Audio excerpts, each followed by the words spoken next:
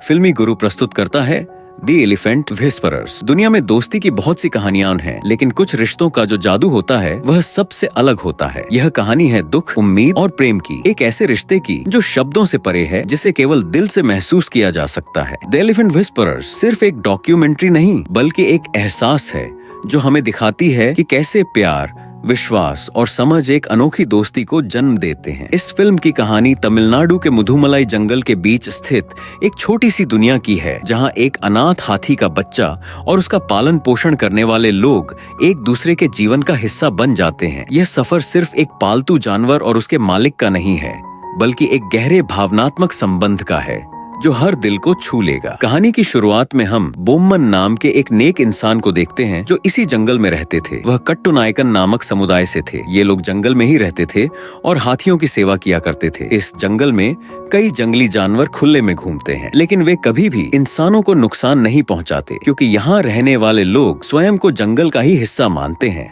और खुद को किसी से भी श्रेष्ठ नहीं समझते। यह वास्तव में मुदुमलाई टाइगर रिजर्व क्षेत्र है जो तमिलनाडु में स्थित है। यहाँ एक थेप्पाकाडु नामक हाथी शिविर भी है, जिसकी स्थापना लगभग 140 साल पहले हुई थी। ये एशिया में हाथियों के लिए बना सबसे बड़ा शिविर है। यहाँ छोटे, अनाथ और भटके हुए हाथियों को लाया जाता है और उनकी देखभाल कट्टुनायकन समुदाय के लोग करते हैं। गांव में रहने वाला यह समुदाय अपनी आवश्यकताओं के लिए पूरी तरह से जंगल पर निर्भर था। फिर हम बेली को देखते हैं जो इसी गाँव में रहती थी। आगे बोम्मन बताते हैं कि कुछ समय पहले उन्हें वन विभाग से फोन आया था कि रघु नाम के एक छोटे हाथी के बच्चे को लाया जा रहा है, जिसकी देखभाल के लिए बोम्मन और बेली को चुना गया था। रघु की हालत बहुत खराब थी। वह अपने झुंड से बिछड़ गया था और कुछ जानवरों ने उसे घायल भी कर दिया था। उसके बचने की संभावना बहुत कम थी, लेकिन उसे बेली में अपनी माँ की छवि दिखी और वह बेली के आगे पीछे घूमता रहता था। यही कारण था कि बेली को भी रघु से गहरा लगाव हो गया। बोम्मन और बेली दोनों ने रघु की बहुत अच्छे से देखभाल की, जिससे वह बहुत जल्दी ठीक हो गया। फिर वह पूरे जंगल में घूमने लगा और धीरे धीरे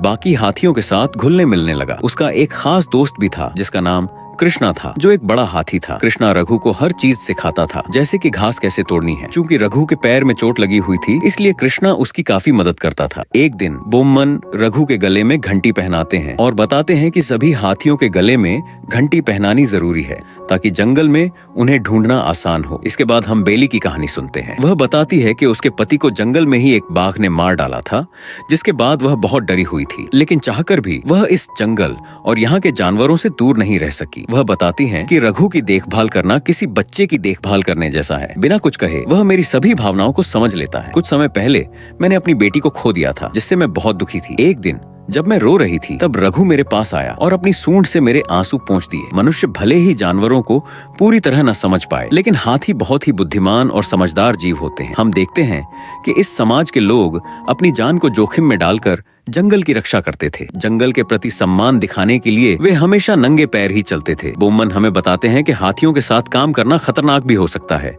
विशेष रूप से बड़े हाथियों के साथ। एक बार एक बड़े हाथी के कारण बोम्मन घायल हो गए थे, जिसके बाद उन्होंने बड़े हाथियों के साथ काम करना बंद कर दिया और सिर्फ उनके बच्चों की देखभाल करने लगे। फिर हम देखते हैं कि जंगल के अन्य कर्मचारी हाथियों के लिए भोजन तैयार करते हैं। यहाँ रघु को भोजन करने की इच्छा नहीं थी, लेकिन उसकी नजर मिठाई पर थी, जिसमें एक नारियल और गुड़ रखा था। इसी कारण वह बहुत नखरे कर रहा था। जैसे बोम्मन और बेली रघु को अपने बच्चे की तरह पालते थे, वैसे ही वे एक दूसरे का भी ख्याल रखते थे। एक दिन रघु और अन्य हाथियों को विशेष रूप से सजाया गया, क्योंकि यह एक विशेष पूजा का दिन था, जिसमें हाथियों के बच्चों को भगवान गणेश का आशीर्वाद दिलाने के लिए ले जाया जाता था। बोम्मन कहते हैं कि हमारे लिए हाथियों की देखभाल करना भगवान की देखभाल करने जैसा है। कुछ समय बाद गर्मियों का मौसम आ गया और जंगल के पेड़ पौधे व नदियां धीरे धीरे सूखने लगी। समय बीतता जाता है और फिर एक दिन बोम्मन और बेली को वन विभाग से फोन आता है। उन्हें एक छोटी हथिनी की देखभाल की जिम्मेदारी दी जाती है,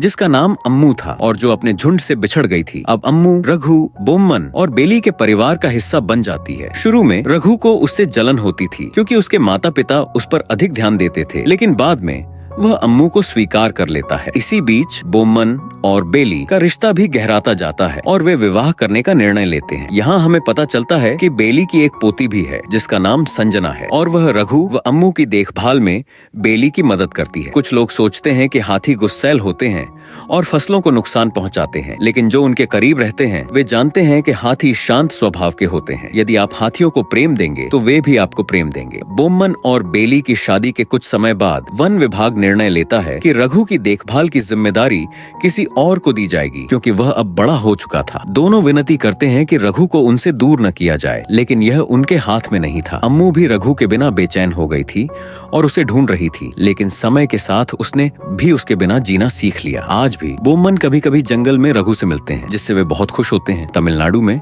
बोम्मन और बेली पहले ऐसे लोग हैं जिन्होंने सफलतापूर्वक 2 हाथी शावकों की देखभाल की है और इसी कारण उन्हें हाथियों के माता पिता भी कहा जाता है। आज अम्मू 3 वर्ष की और रघु 7 वर्ष का है और दोनों इसी हाथी शिविर में रहते हैं। इसी के साथ यह लघु फिल्म समाप्त हो जाती है। द एलिफेंट विस्परर्स सिर्फ एक डॉक्यूमेंट्री नहीं बल्कि एक ऐतिहासिक उपलब्धि भी है। यह फिल्म 95वें अकादमी अवार्ड्स ऑस्कर 2023 में सर्वश्रेष्ठ डॉक्यूमेंट्री शॉर्ट फिल्म का पुरस्कार जीत चुकी है, जो एक बड़ी सफलता थी। यह पहली भारतीय डॉक्यूमेंट्री है जिसने इस श्रेणी में ऑस्कर जीतने में सफलता प्राप्त की, जिससे इसकी खूबसूरती और भावनात्मक प्रभाव और भी खास हो जाता है। आलोचकों और दर्शकों दोनों ने इस फिल्म की दिल से सराहना की है। IMDb पर इसकी रेटिंग 7.3/10 है। दोस्तों, उम्मीद करते हैं कि आपको यह मूवी रिकैप पसंद आया होगा। यदि आपको भी हाथियों से प्यार है तो हमारे चैनल को सब्सक्राइब करें और वीडियो को लाइक करें। मिलते हैं अगली एक और शानदार कहानी के साथ। तब तक के लिए ध्यान रखें और अलविदा।